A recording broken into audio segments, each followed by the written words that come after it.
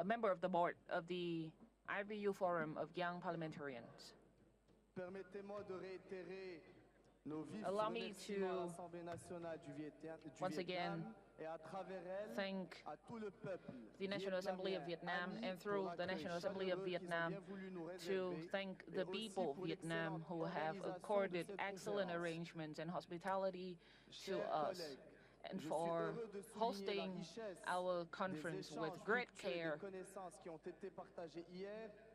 I'd like to emphasize that we have had several discussions yesterday with diverse and meaningful opinions and views. Today we'll start a third session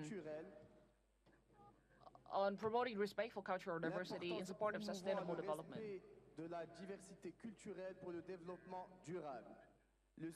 We are in dire need of promoting respect for cultural diversity in support of sustainable development. This is a very important topic because Morocco, back then in June 2023, hosted a dialogue, an interreligion dialogue. And in this forum, we welcome representatives from major religions across the world, and we recognize the importance of promoting cultural diversity and interregional, interculture dialogues, and we have to pay keen attention to marginalized groups, the disabled people, the youth, women, and today our target audience and subject is the youth, the owners of future. This is an important topic that, and the youth should be given a bigger role in the society. As you have been aware, we are in a very special global context, and we're in the midway of implementing our millennial goals, 2025, 2030, and the young parliamentarians have a very special mission in implementing these goals in the context of digital transformation. So we have to think about what we need to do to promote digital transformation with respect for morality and at the same time prevent unwanted consequences of digital transformation. Our tasks include to develop an ecosystem in respect of cultural diversity on digital platforms. I'd like to introduce Mr. Maurizio Bona, former advisor of the executive director of CERN. He entered the CERN in 1983. He's in charge of nuclear safety. Madame Gabriela Ramos, assistant to executive director of science, society and humanities of UNESCO. She will deliver a video message about developing an inclusive society with consideration of the role of the youth. Third panelist, Dr. Jean Trần Thanh Vân, president of Meet Vietnam, director of ICISE. He's a professor lecturer in Paris 11 University, an esteemed, renowned expert and professor. The fourth panelist, Mr. Bùi Hoài Sơn, deputy of Vietnam National Assembly, permanent member of the Committee for Culture and Education of the National Assembly. And then we'll listen to a video message by Andy Willison, a senior researcher in Innovation Center of IBU. And finally, a video message from the representative of Civilization Union of the UN. We have some more time today, so each speaker or panelist will have 10 minutes each. After listening to the panelists, we'll have a short tea break, and then we come to the discussion. May I welcome the video message by Maurizio Bona. Ladies and gentlemen, I'm really pleased to be here with you this morning. I come from a scientific research institution, CERN, where the picture behind me was taken. And you might ask yourself why I'm here this morning.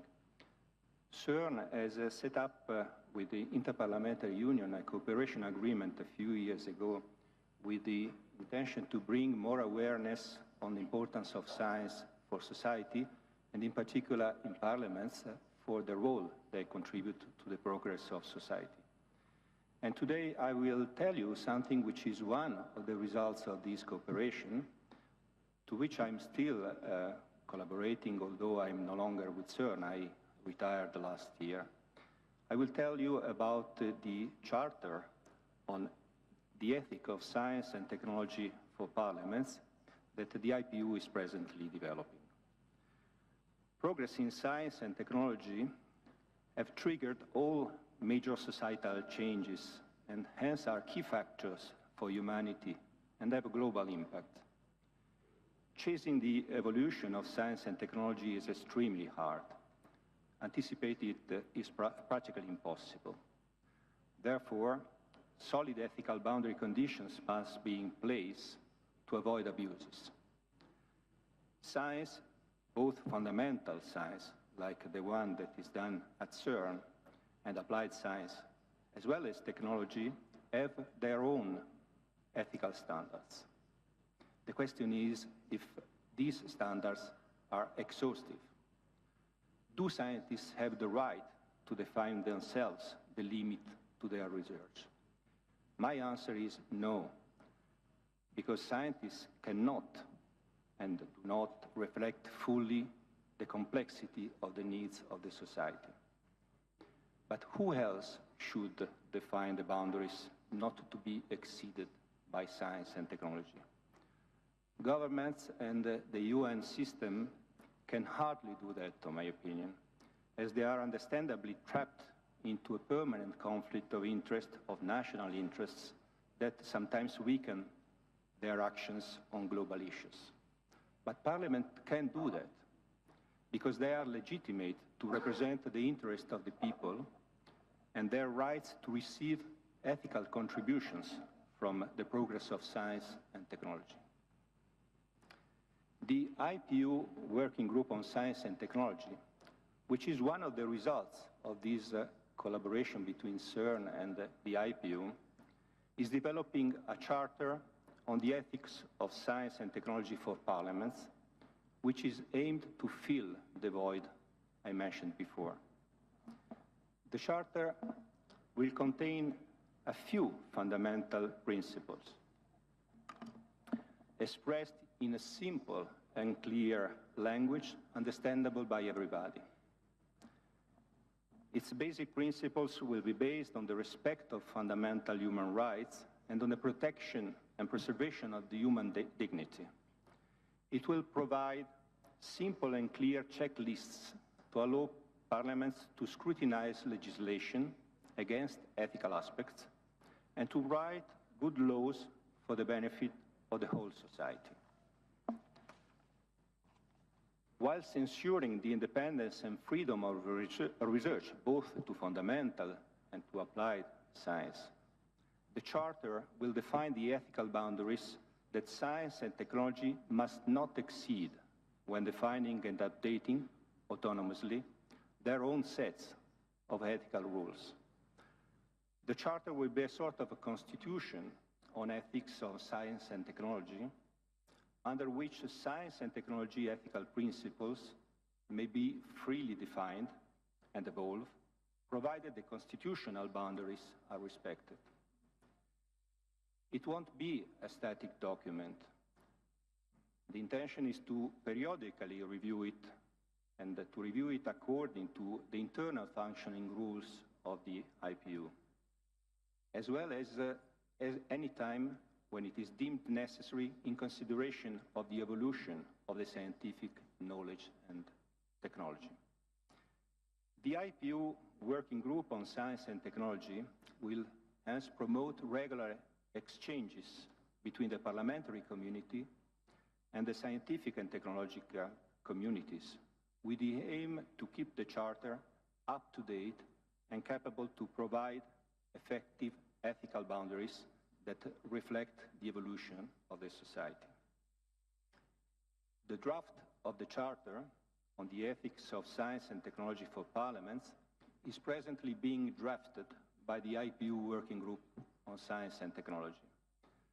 An advanced version of the Charter will be circulated to the IPU bodies and entities at the beginning of 2024. After collecting the possible comments coming from these bodies and entities, the text will be finalized with a goal to have it formally adopted by the Working Group on Science and Technology at the 148th IPU Assembly that will take place in Geneva in March 2024. With the Charter on the Ethics of Science and Technology for Parliaments, the parliamentary community has the opportunity and the challenging responsibility to define the framework within which science and technology can freely develop whilst respecting the fundamental ethical principles and the human dignity. And in particular you, I think, you, the young parliamentarians, with these charters have the possibility to shape the long-term future of our society with models of development in which science and technology could finally play the positive role that is in their nature without being perceived as potential threats.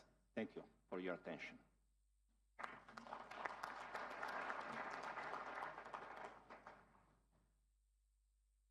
Merci beaucoup, docteur. Et je pense que vous aurez l'occasion de débattre avec la salle sur la charte de l'éthique. Donc maintenant, je donne la parole. Professor Mauricio, Plutôt, on aura une vidéo de Madame Ramos, sous-directrice générale pour les sciences sociales et humaines de l'UNESCO. Pouvez-vous passer la vidéo, s'il vous plaît? Madame Gabriela Ramos from UNESCO technical team. The floor, it is a please pleasure to be help with us. you for the IPU Global Conference on Young Parliamentarians. UNESCO has cooperated with the IPU in the past, and we hope to strengthen this in the future to ensure greater youth participation in decision-making. Efforts to ensure sustainable development and achieve the SDGs have been impacted by intersecting crises. Climate change, conflicts and the war in Ukraine, the pandemic, misinformation and hate speech, digital divides, shrinking civic space.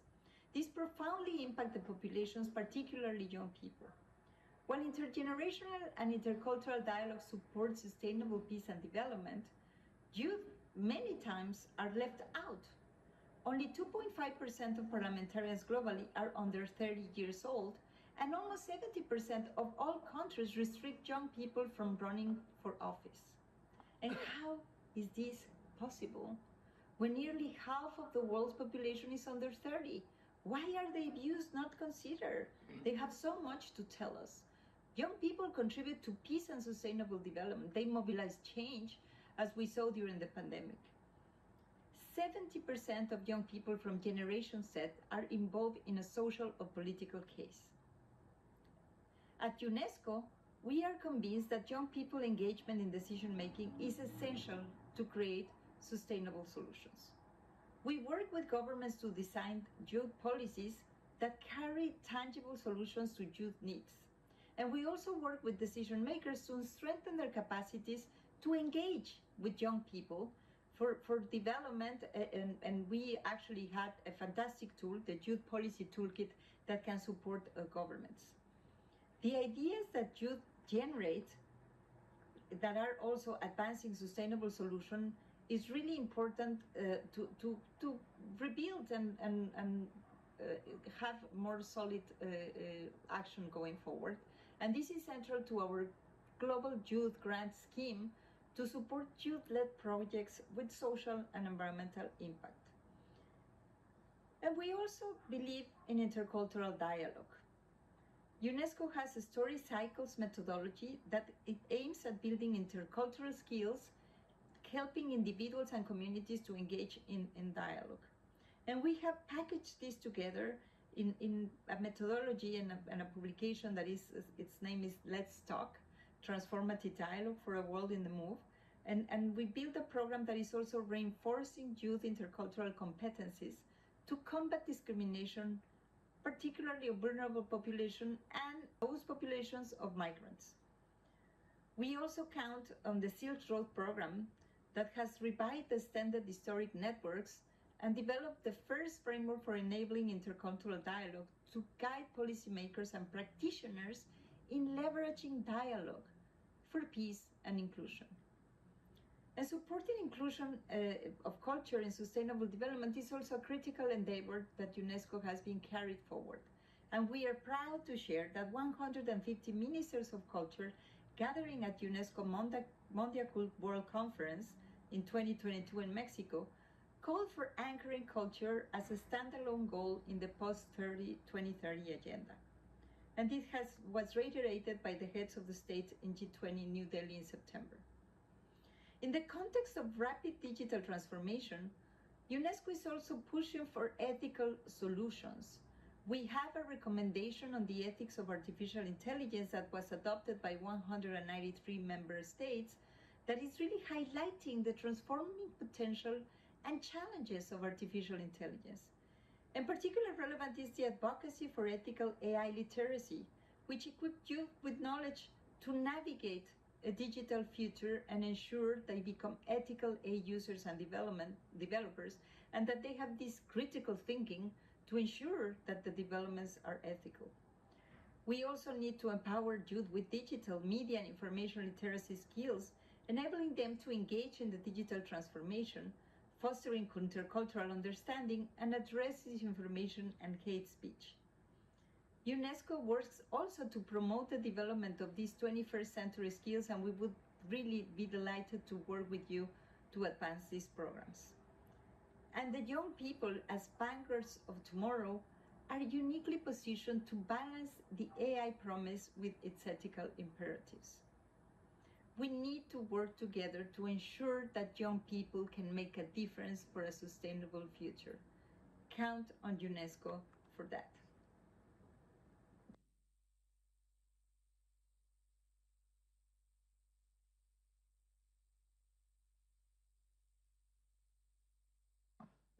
Merci, Madame Ramos.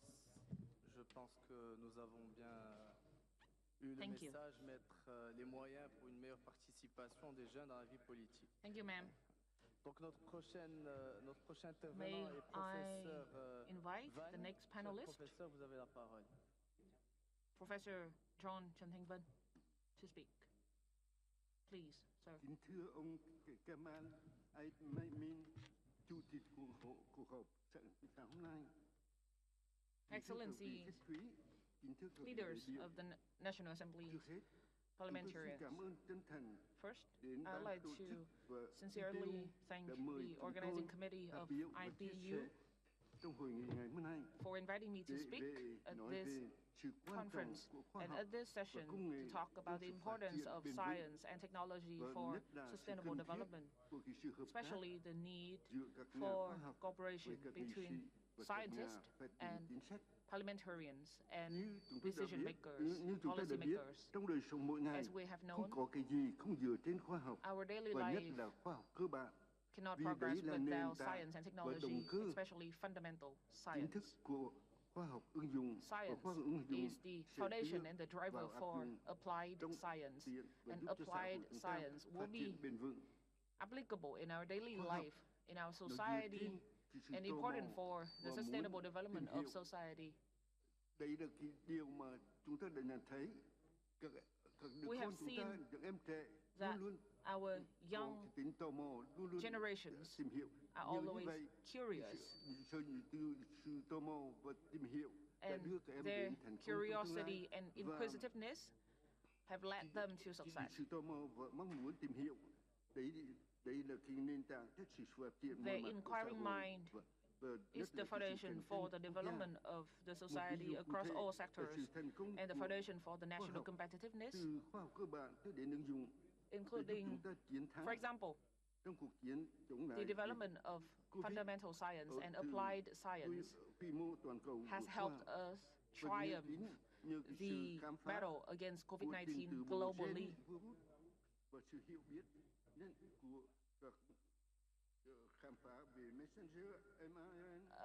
the discovery of the genetics features and the founding, the discovery of MARN, DNA, has made it possible for us to find the solutions to the COVID-19.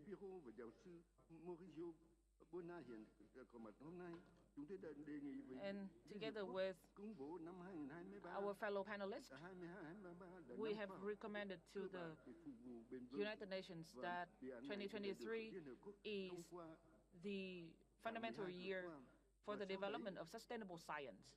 And this proposal has been adopted by the United Nations. We also proposed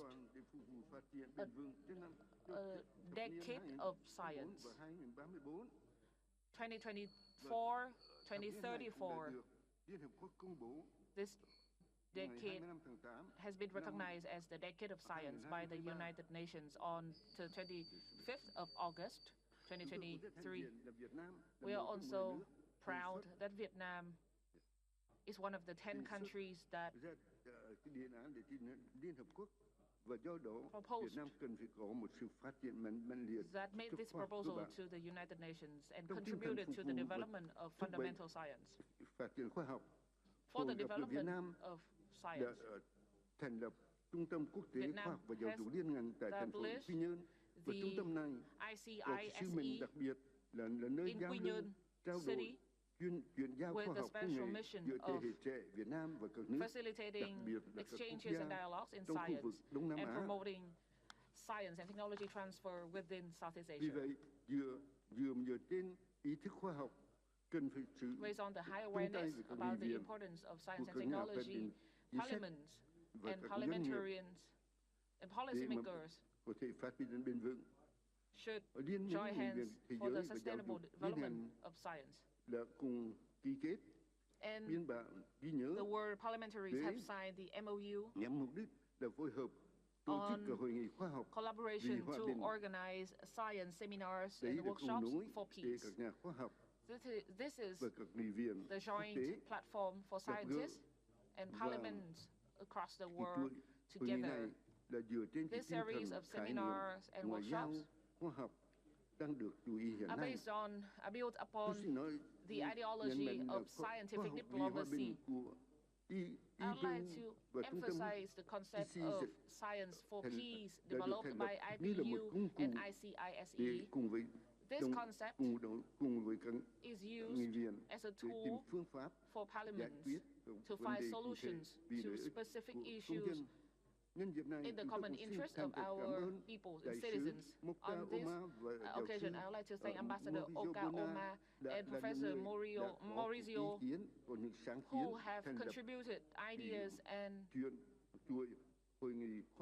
made possible the series of seminars, Science for Peace. The first seminar was organized at the CERN last December, and the next one was organized last week in Quy Nhơn City of Vietnam.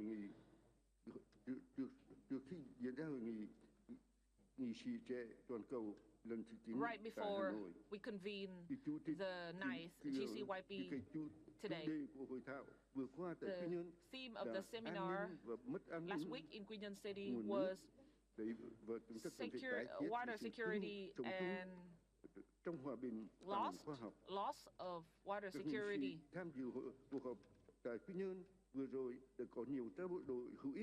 In the last seminar in Quy Nhơn City, we have enjoyed meaningful discussions between parliamentarians and scientists, and we'd like to share some highlights of that seminar. Most of the highlights are on water and water security. Water and water security is a very important issue for countries in the river delta. This topic requires strong actions and strong collaboration among parliaments around the world.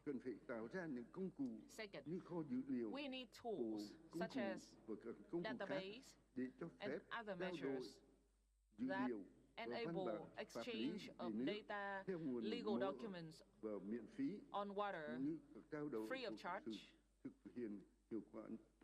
as well as that is beneficial for our collaboration. We should promote cooperation by, for example, organizing regular meetings between IPU and relevant agencies on various topics. Also, in that seminar,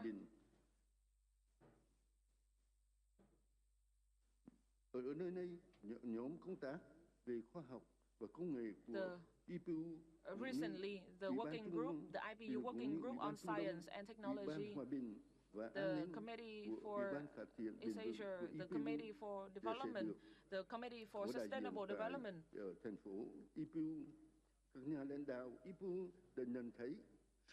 have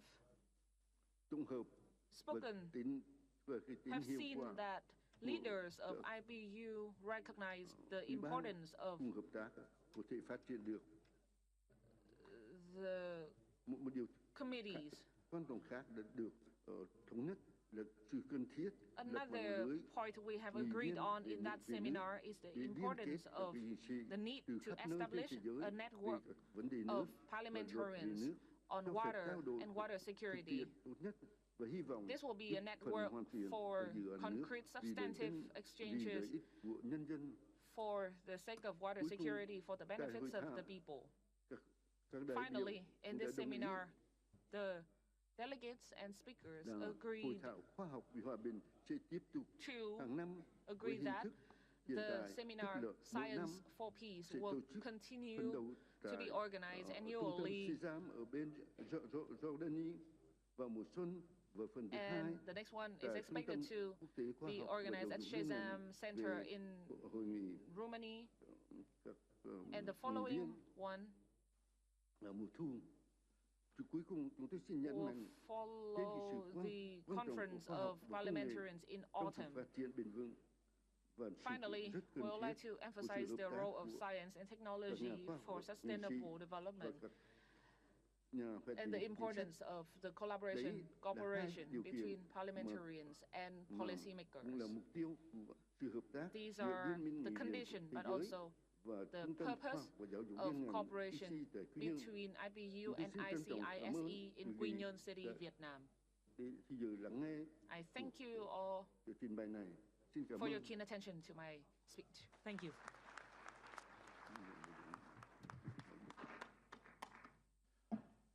Merci, cher professeur, et je pense que le message est bien passé. Il faut renforcer la coopération entre les scientifiques et les parlementaires et donc mettre en avant la diplomatie scientifique.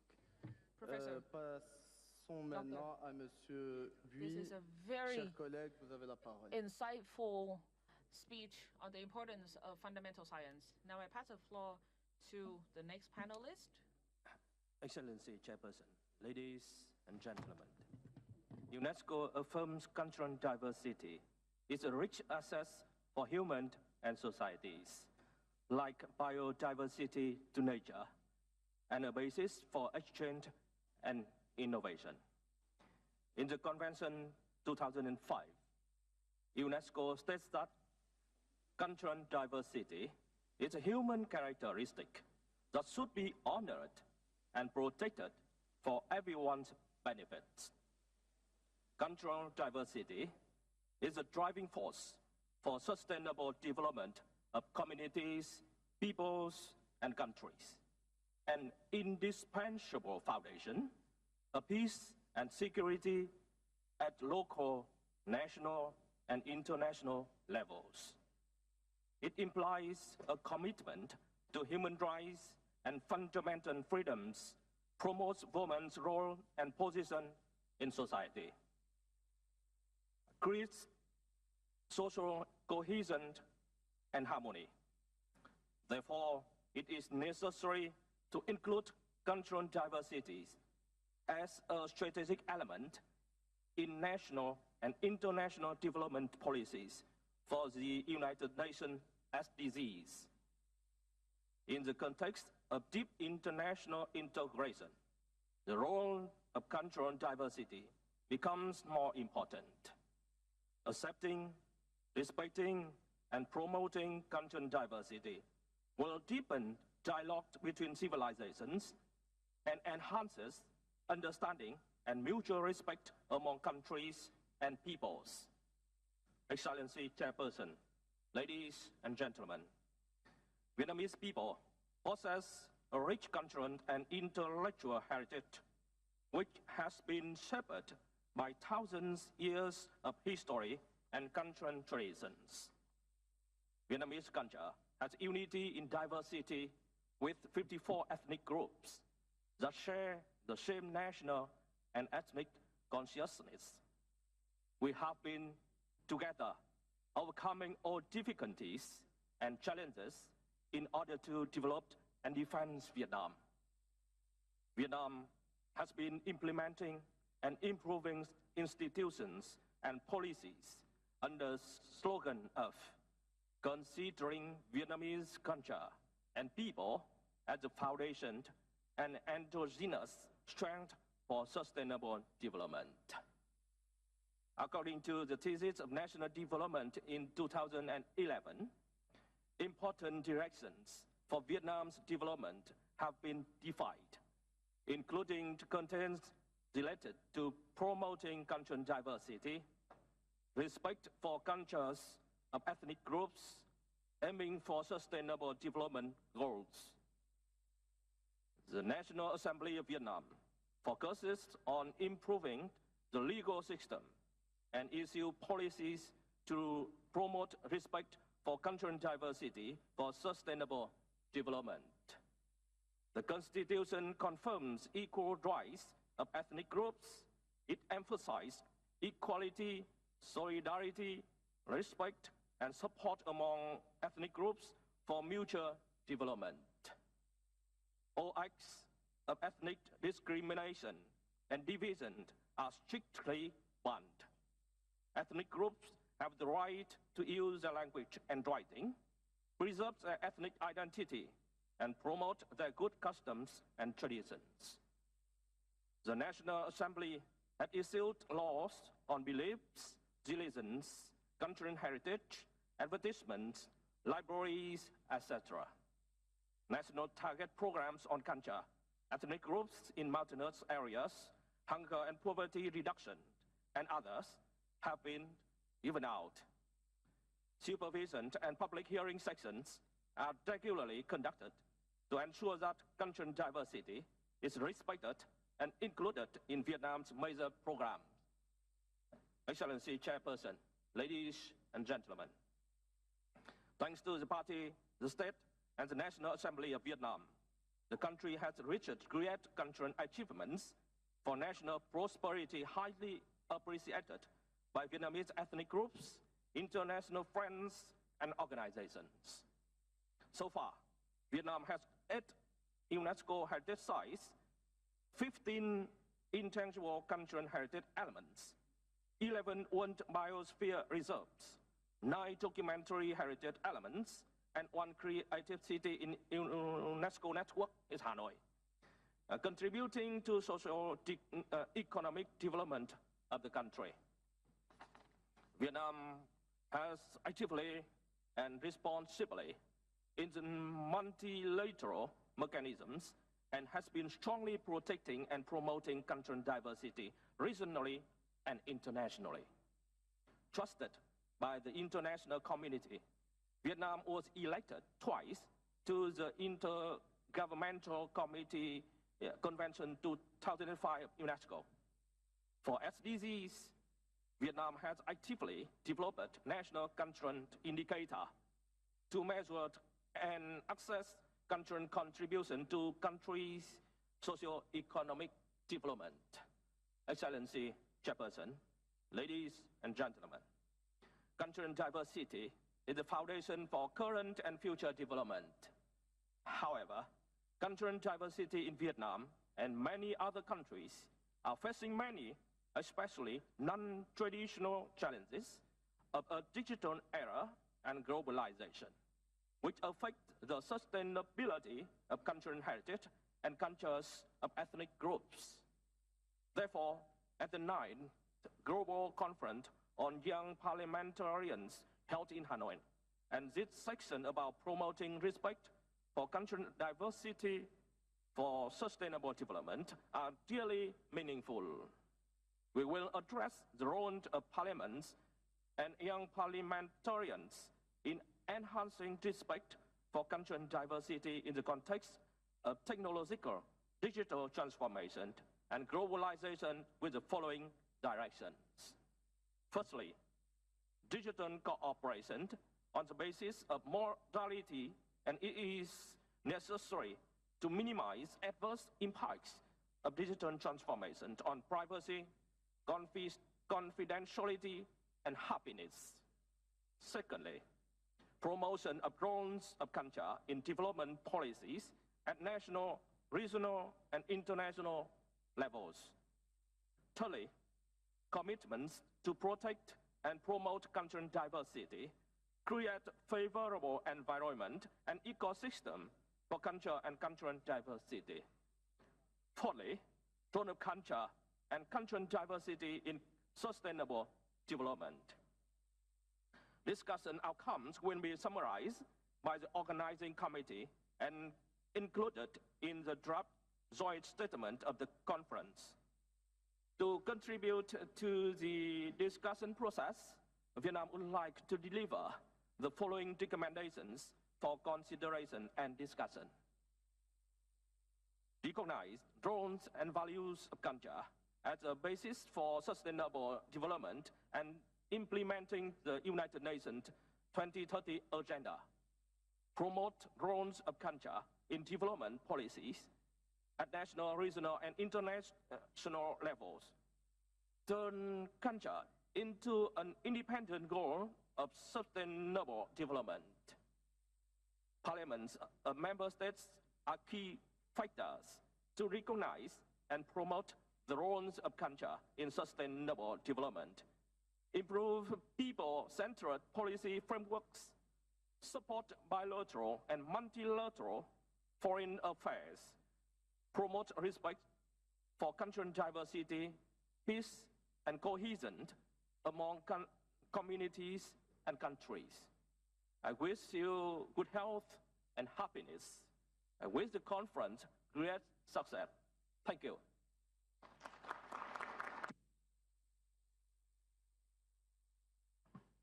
Merci, chers collègues, pour votre intervention et d'avoir mis l'accent sur Thank you l'importance to de our la colleague diversité for culturelle et de a very promouvoir le dialogue insightful entre les civilisations. remark. Ensuite, In particular, nous he avons une vidéo mentioned de the Monsieur importance Andy of cultural diversity Williamson. and the importance Donc, of la vidéo suit. cultures as a whole. Now we'll watch a video message by Mr. Andy Williamson. Please direct your attention to the screen. I imagine over the last few days you've been hearing an awful lot about digital transformation and the impact that digital tools are having on parliaments around the world.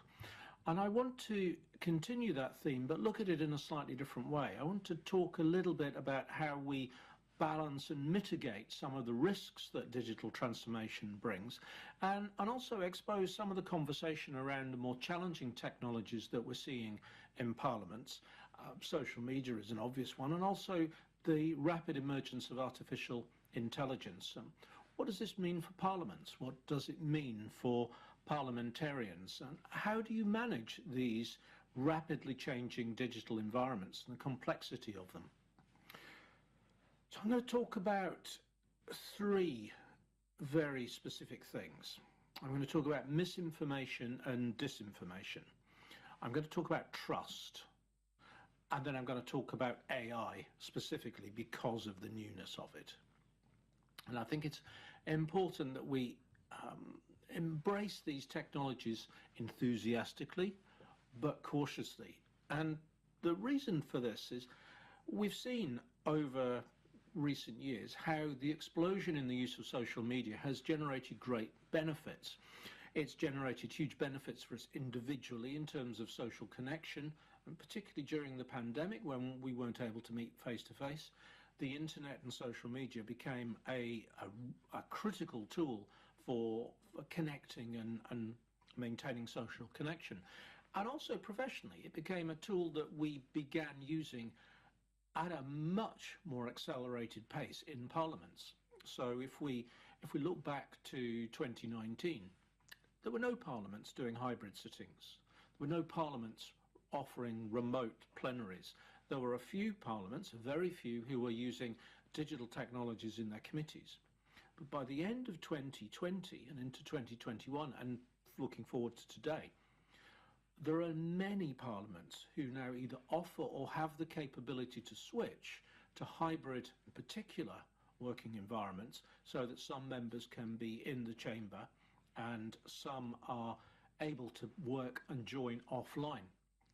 That's a dramatic change in the way we work, and particularly with committees, we're able to bring in witnesses who are, for whatever reason, unable or unwilling to travel to Parliament. In some cases, that can be a considerable distance. So the hybridisation of digital and face-to-face has transformed the way Parliament works. Social media has transformed the way that we communicate and interact. Two very dramatic changes in a very short, relatively short period of time. But with that, of course, with social media, comes the burden of misinformation, disinformation and abuse, the trolling that happens with it. And we look at platforms like Twitter and they are on a cliff edge to irrelevance, because the lack of control that's now there and the nature of the abusive content is starting to exceed its value. And this is a good pointer. When these tools exceed their value, they will fade. They have to be not just interesting technological products, but actually offer an effective use to us as people, as individuals, as communities, as society, as to members of Parliament, focusing on the outside, focusing on our work inside. These have to have value add. So we can look at the life cycle of social media, and also it's one of the reasons that when we look at social media, it's very hard for new ones to emerge, because there's a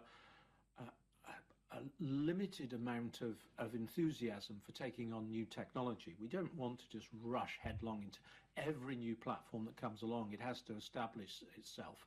It's a pretty traditional technology adoption curve. There'll always be early adopters, then people will move into that space, and gradually it'll take on a level of relevance and significance that forces more people into it, and then it starts to have greater society-wide value. So Facebook, Twitter, those are two products that have reached that point. But Twitter in particular is just so abusively negative and draining that we have to be careful using it. We have to consider how we engage. We have to consider what we reveal. And yes, as a parliamentarian, you're a public figure with a public profile, but that does not mean you can't cap that level of public exposure. And it doesn't mean you have to accept abuse. There will always be some people who disagree. There will always be some people who lack the coherent communication skills to agree politely or disagree politely. And how you respond to that is the first thing. By ignoring it, obviously, is the easiest thing. You just ignore abuse. And if it becomes threatening and is starting to become challenging and upsetting and offensive, you can block. If it becomes threatening, you should be able to report it. And we need to make sure there are legal processes in place that can deal with threats and abuse through social media, particularly for public figures like members of Parliament. And particularly for women. It's on the record, I don't need to talk about it here, that women receive more abuse over social media than men. And it's not acceptable and it's not satisfactory, and we need to do more about it. We need to do more about it in your role as parliamentarians to make the awareness of this there and the legislation appropriate. We don't need new draconian legislation to close down social media. What we need are rules that say this is acceptable behaviour, and beyond that, no, it's not, and there is a consequence.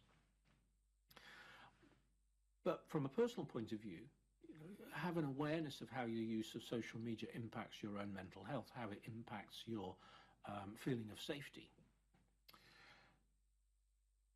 Now, this leads on to a conversation about information security, making sure that we are aware of how digital tools can compromise our personal self.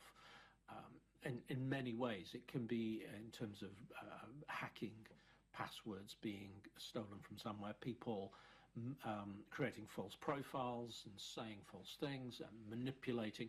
But having an awareness of our own information security is absolutely vital. So as a public figure, it's very important that we are aware of how digital tools can be and digital platforms can be manipulated against us, and doing everything that we can to protect our digital selves as well as our physical selves from harm and abuse and misuse.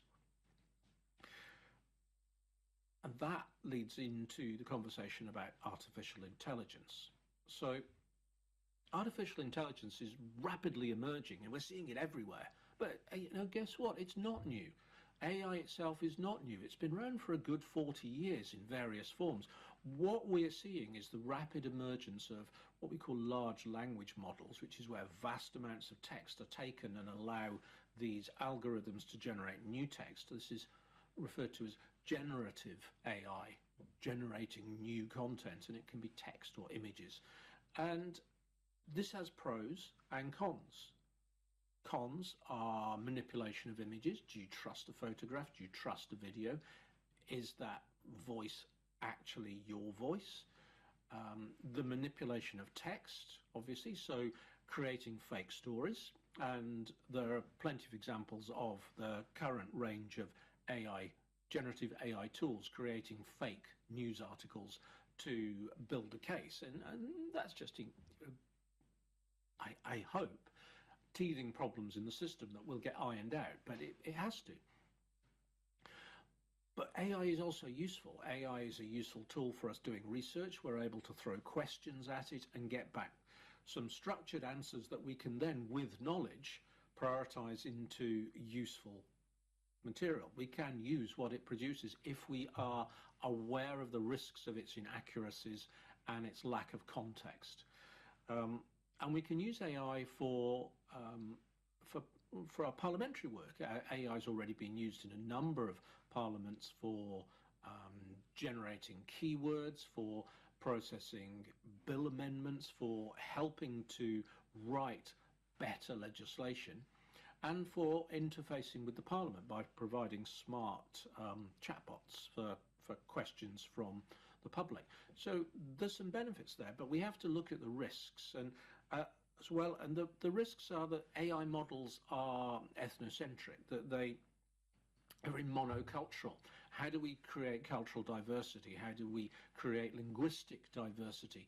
How do we ensure that the AI models are drawing their source material from a wide range of material and not simply using a very narrow focus of information? So these are all things that we have to start looking at, and again building our information awareness and our digital literacy around, because they will become more prominent over the next few years. So I'm going to stop there and just say really finally that we have to remember that digital tools are not a panacea, but they are a bonus when we can make them work. They have significant benefits for parliaments and parliamentarians and for the public in wanting to engage with parliaments. But they need different strategies, different skills, and new awarenesses if we're to use them safely and positively. It's a powerful tool for parliamentarians, and I hope that you, as the younger parliamentarians, are able to promote their use and value, but in a measured way that looks at the risks and the benefits at the same time. Thank you very much. I hope you enjoy the rest of the conference. Thank you. Bye-bye. Merci, Monsieur Andy Williamson. Lutter contre les abus technologiques à travers un arsenal juridique.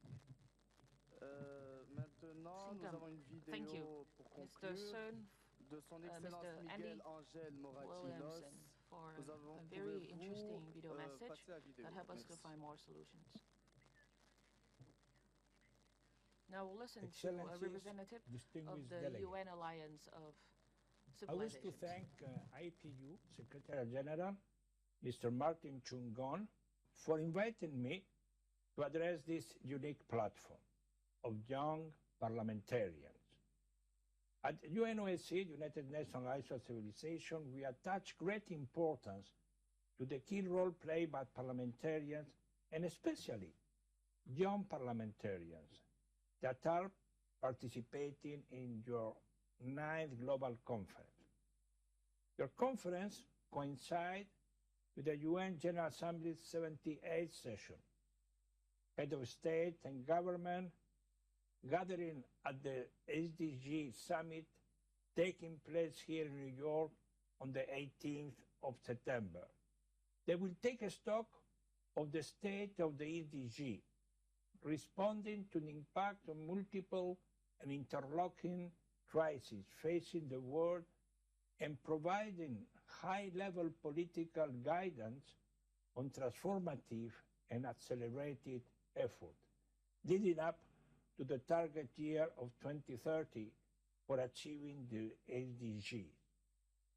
The SDG Summit marks the midpoint of the implementation of the 2030 Agenda.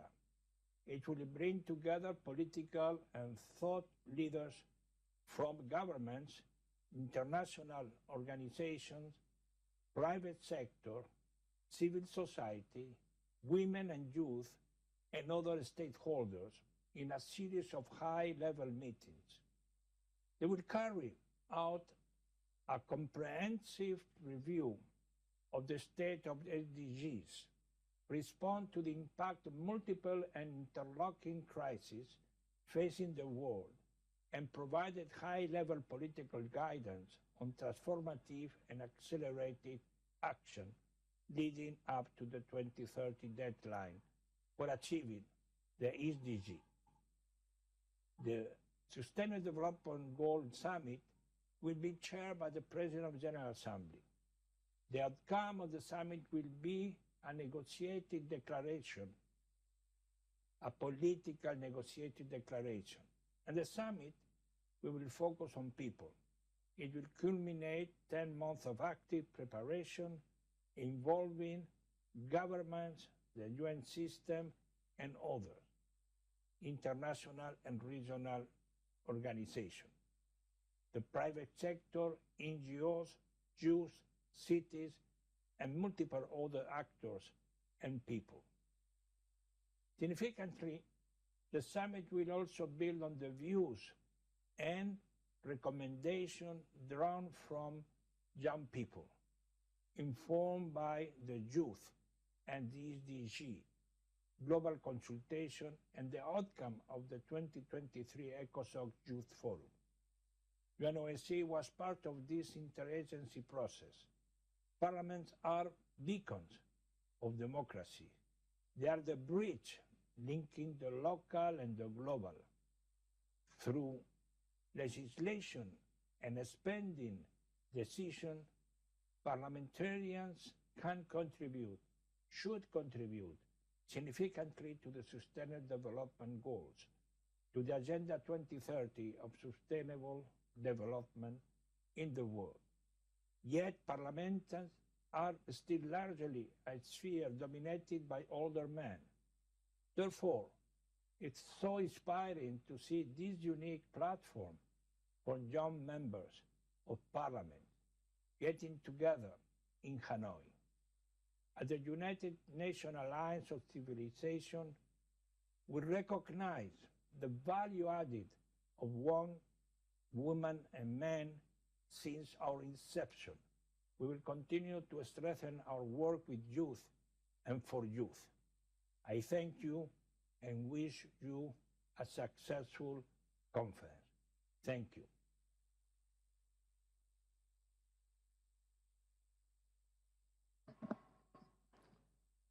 Merci, Excellence. Nous allons à présent poursuivre la session jusqu'à 10h30 comme prévu et je sollicite les personnes qui souhaitent prendre la parole pour des commentaires et surtout pour poser des questions à brandir les pancartes devant eux pour permettre au secrétariat de l'UIP de dresser une liste des intervenants. Merci. Now we will leave the floor to speakers of this session. Please raise your hand, and we will call will call upon you. Thank you.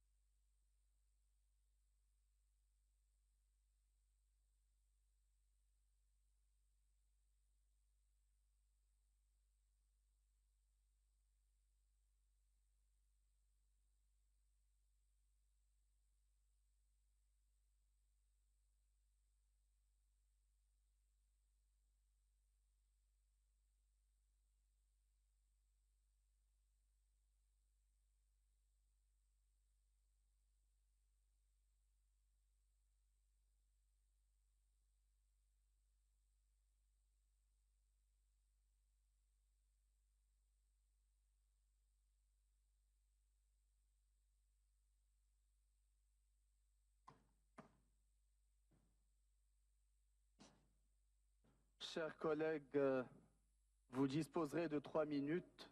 Étant donné le temps imparti, Thank you, distinguished colleagues.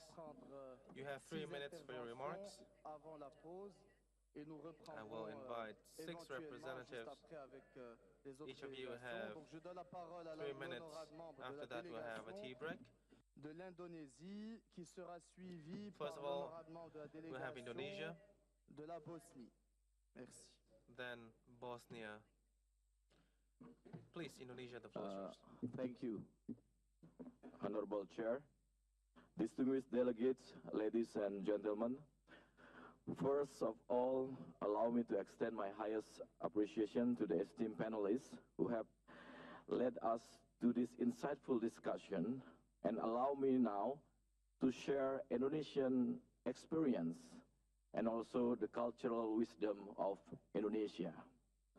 With more than 270 million population, over 17,000 islands spread across the Pacific and Indian Ocean, and home to more than 1,340 distinct ethnic groups, each ethnic group have its own unique cultural practices, tradition, and languages, where there are more than 718 spoken languages. Indonesia is perhaps the most culturally diverse country in the world. Differences in culture, languages, religion, and tradition are bound together by Indonesia's national ideology of Pancasila, the 5 guiding principles, and the national creed of Bhinneka Tunggal Ika, which translates as unity in diversity. The national ideology and creed not only indicate that diversity of Indonesia's internal composition as a country, but also emphasizes that despite differences of its multicultural culture, the Indonesian people have a true feeling of unity. Cultural values are included into development policies, allowing each region to flourish and progress in accordance with local wisdom and its own cultural character. Culture can thus not only be conserved, but also play an important role in growth. In my constituent, in my island, in Bali, for instance, 17 goals of the Sustainable Development have long been a part of local wisdom called Trihita Karana, which emphasizes the need to keep balance between 3 major aspects of life: human, nature, and our Creator, God. The first 10 goals relate to societal harmony that address community or social issues such as poverty, education, and health. The following 5 goals relate to harmony with nature, addressing urbanization, climate change, and biodiversity, which the latter 2 goals are related to the spiritual call for inner strength and faith in order to bridge peace and collaboration within and across sectors and cultures. The cultural diversities that exist in Indonesia is also safeguarded under Article 32 of the state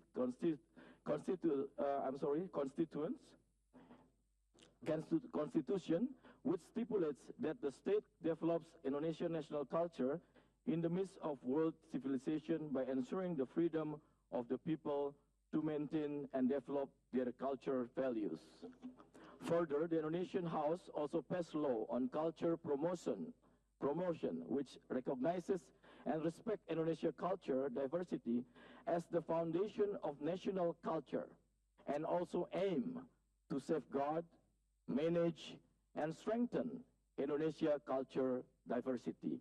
And I hope Indonesia Wisdom can also support our goals, our target to achieve SDGs goal, Agenda 2030. I thank you.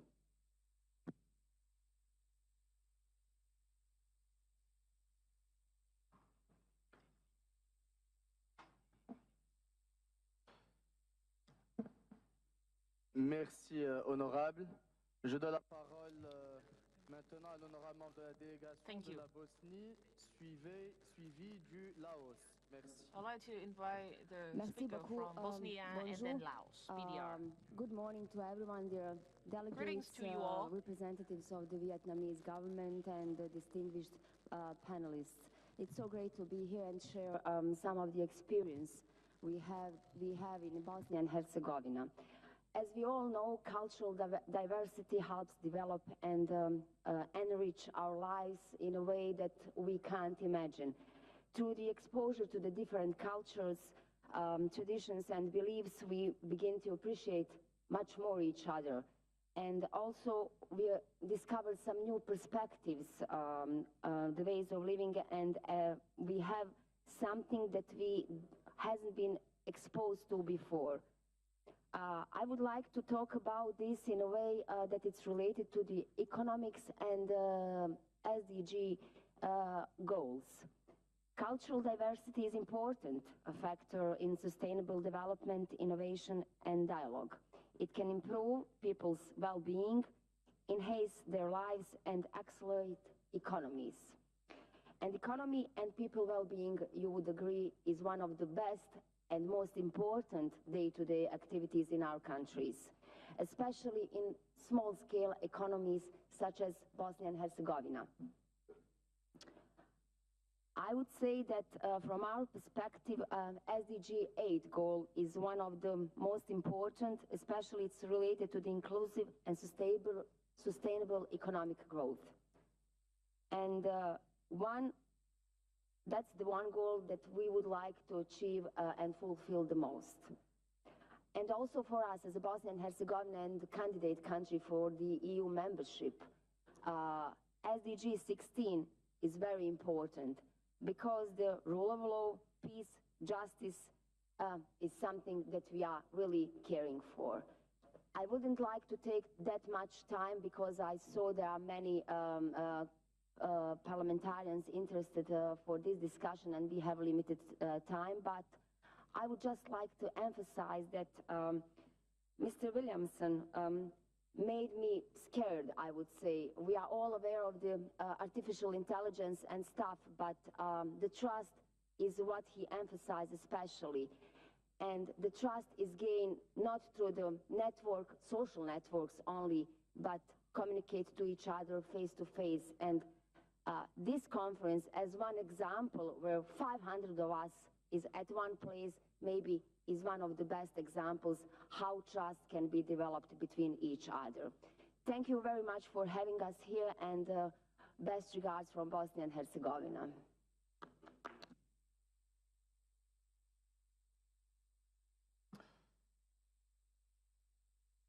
Merci, honorable.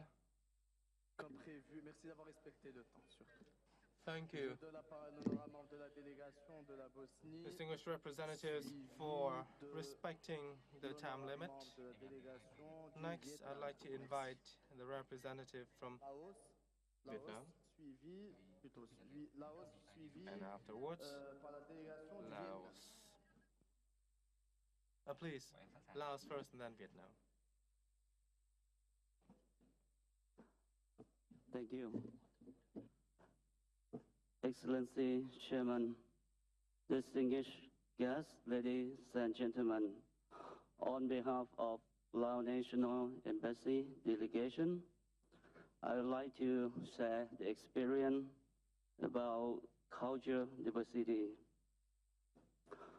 For Laos PDR has issued the decrees provision and laws on prevention of culture, such as ministerial decision on tour guide business, on restaurant, hotel management, decrease on national consume, decrease on creation of families, and decrease on cultural villages.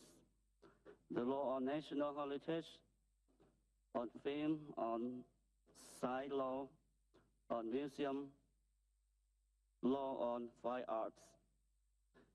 The main object is cultural growth, preventing law, identity, education, patriotism for youth and new generation to be able to understand the history. At the same time, I, as the young member of parliament, I hope to have opportunity to share with all experiences in promoting people-to-people contacts through culture, through have different culture, how we can have a good cooperation, friendship for sustainable development, especially by promoting participation of the young people in preserving, promoting a good cultural value, creating opportunities for the young people participate in sustainable development. In the year 2024 is a year of tourism of Laos. On this important occasion, I would like to invite all of you to visit and travel to Laos PDR to see and understand our beautiful culture. Thank you.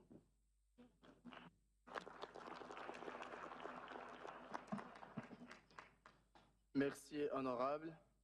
Je donne la parole maintenant à l'honorable membre de la délégation du Vietnam, qui sera suivi par l'honorable membre de la délégation de l'Algérie. Thank you, and I'd like to invite representative from Vietnam and then Nigeria. Thank you, Mr. Chairperson. Excellency, Mr. Chairperson, ladies and gentlemen. Today we discuss a very special topic related to culture, one of the four main pillars of sustainable development, including economies, politics, culture, and environment. I agree with many of the comments of the colleagues has made before. On behalf of Vietnam delegations, I would like to deliver some following points to the topic.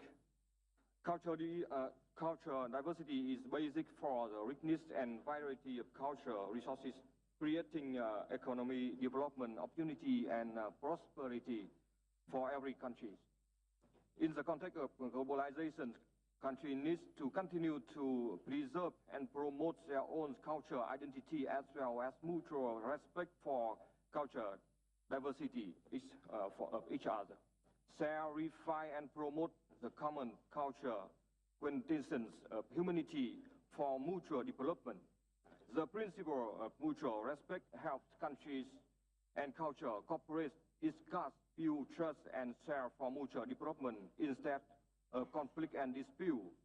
Build trust and share for mutual development instead of conflict and disputes. By promoting respect for cultural diversity, we will together develop universal culture diversity. Ladies and gentlemen, in Vietnam as well as countries around the world, young people are playing an important role in promoting cultural diversity. Young people are leading in experimenting and creating new cultural forms or practice, such as digital arts and media arts. Our culture treasure has become richer and more various due to young people's contribution. To maximize young people's strength for promoting cultural diversity, we need to build and complete policy framework and facilitate young people healthy activities.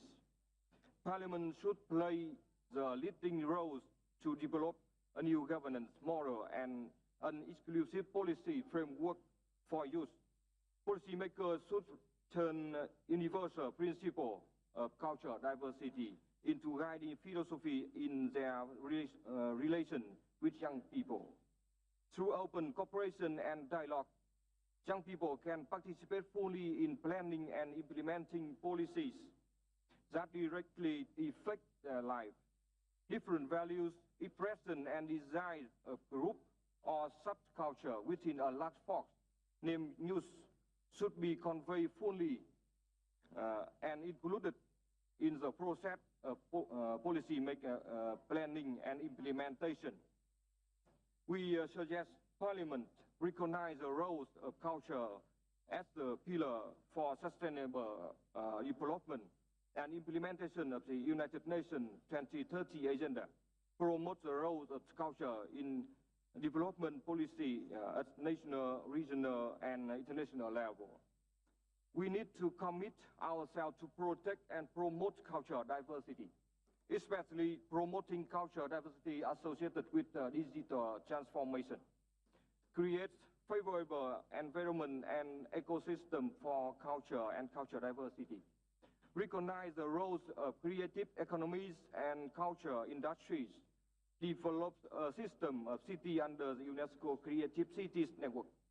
In addition, it is required to recognize the roles of culture and cultural diversity and addressing the current difficulties and challenges, especially climate change, illegal trafficking, and transport of the cultural assets. I do thank you for the listening of you. Thank you very much.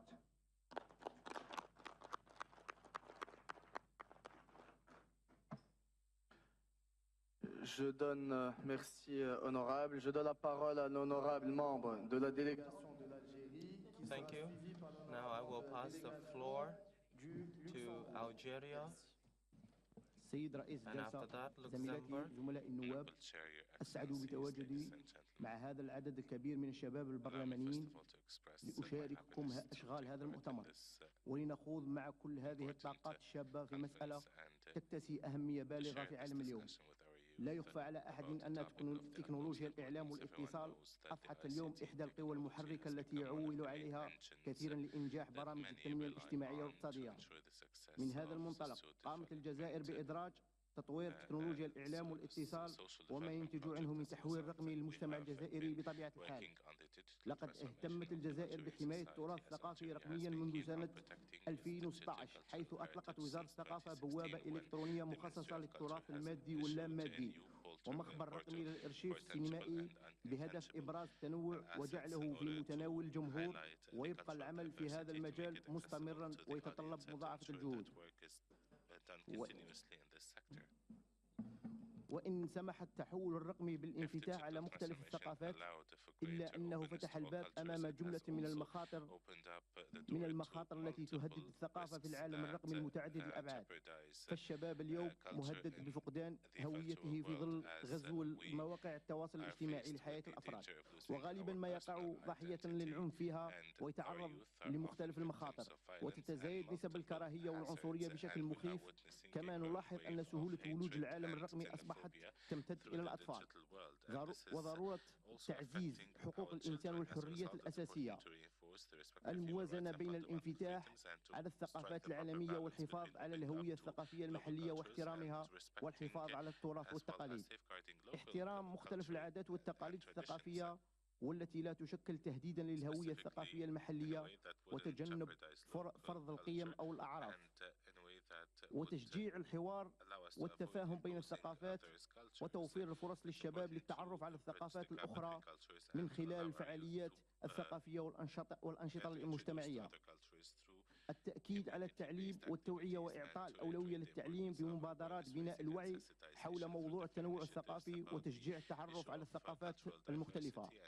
التأكيد على دور الأسرة في تعليم التعاطف والاحترام للثقافات المختلفة منذ سن مبكرة لتعزيز تفهم الآخر والتعايش معه. شكرا لكم.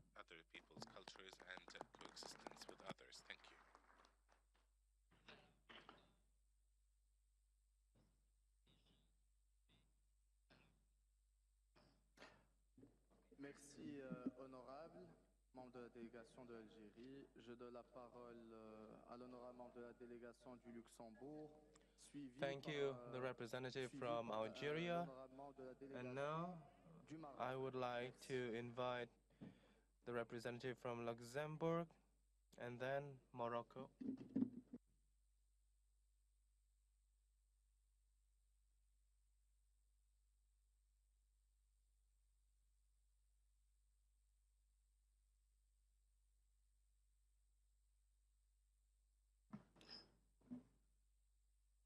Suite à un problème technique, je donne la parole à l'honorable membre de la délégation du Maroc et on reprendra avec le Luxembourg.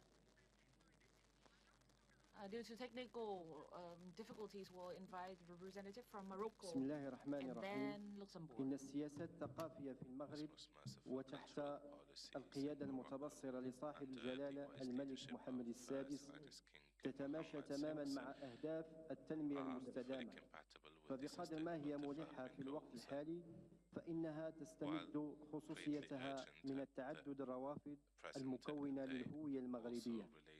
إن المملكة تحرص في هذا الصدد على توجيه السياسات الثقافية بما يخدم التنمية في شتى أبعادها، ويشجع على الخلق والإبداع وبخاصة في صفوف الشباب، وبما يدعم الصناعات الثقافية في أوسع جوانبها. إضافة إلى ما سبق، وجب التذكير إلى أن المغرب يسعى دائما إلى تبادل الخبرات والمعرفة الثقافية مع شركائه حول العالم، ولا سيما بعد فترة الجائحة والتي كشفت عن هشاشة القطاع الثقافي في مواجهة الأزمة، وهو ما يجعل العمل المشترك في أفق الاستثمار في الثقافة من الأولويات الاقتصادية والاستراتيجية. وتماشيا مع ما نص عليه المؤتمر العام لليونسكو سنة 2005، فإن التنوع الثقافي يشكل تراثا مشتركا للبشرية، وعليه فإن إدماج الثقافة كعنصر استراتيجي في السياسات الإنمائية الوطنية والدولية أصبح ضرورة ملحة. ووجب علينا نحن كشباب برلمانيين التفكير في مبادرات جديدة تواكب عصر الرقمنة في الحفاظ على الموروثات الثقافية العالمية والحيلولة دون صدامها، بل والعمل أكثر على جعل كل قطعة من هذه الموروثات تساهم في تشكيل لوحة متكاملة ترنو إلى تنمية وسعادة البشرية وللأجيال القادمة. وشكرا لدولة فيتنام العريقة على استضافة هذا المؤتمر وحسن تنظيمه، والسلام عليكم ورحمة الله وبركاته.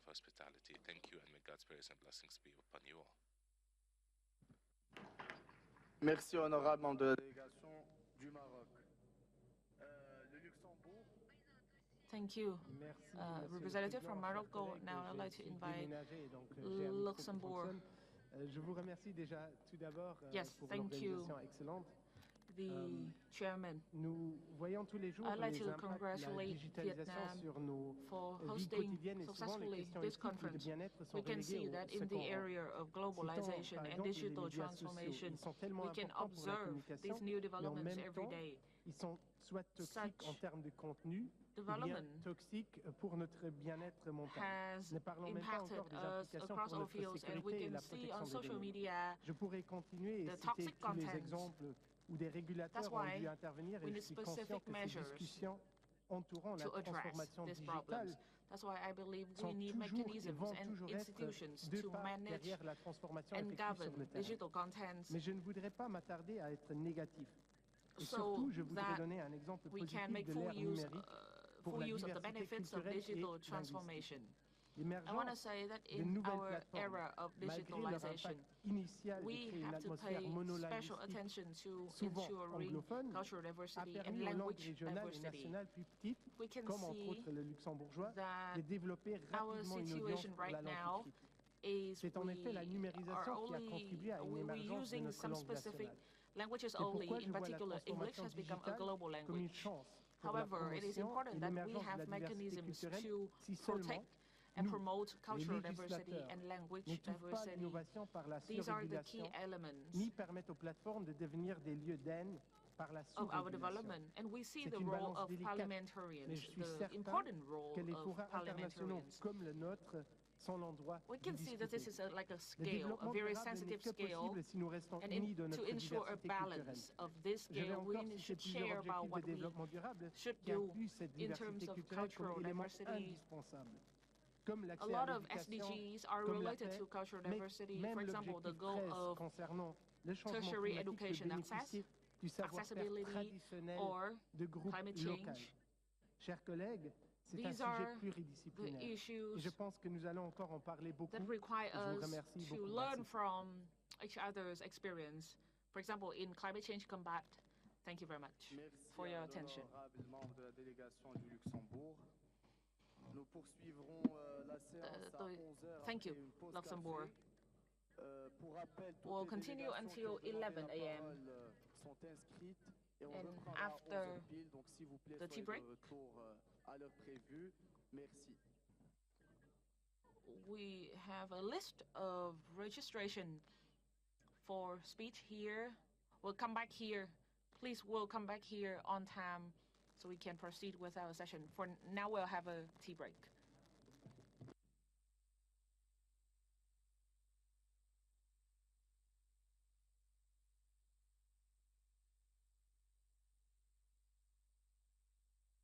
Unmet